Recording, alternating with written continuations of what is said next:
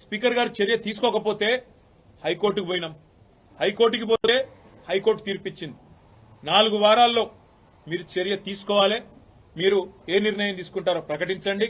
లేని పక్షంలో సుమోటోగా 4 వారాల తర్వాత మేమే మళ్ళొక్కసారి విచారిస్తామని చెప్పి కూడా హైకోర్టు చెప్పింది.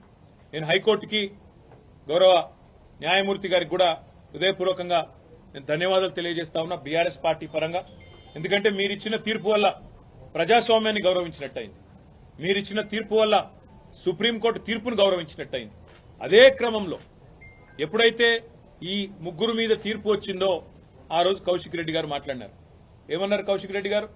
దమ్ముంటే రాజీనామా చేయండి, ప్రజాక్షేత్రంలోకి రండి, ప్రజాస్వామ్యం మీద నమ్మకం ఉంటే ముఖ్యమంత్రి రాహుల్ గాంధీ దమ్ముంటే రాండ్రి, ఈ 10 మందితో రాజీనామాలు చేపియండి, మీరు వెంటనే ప్రజాక్షేత్రంలో ఎవరి బలం ఏందో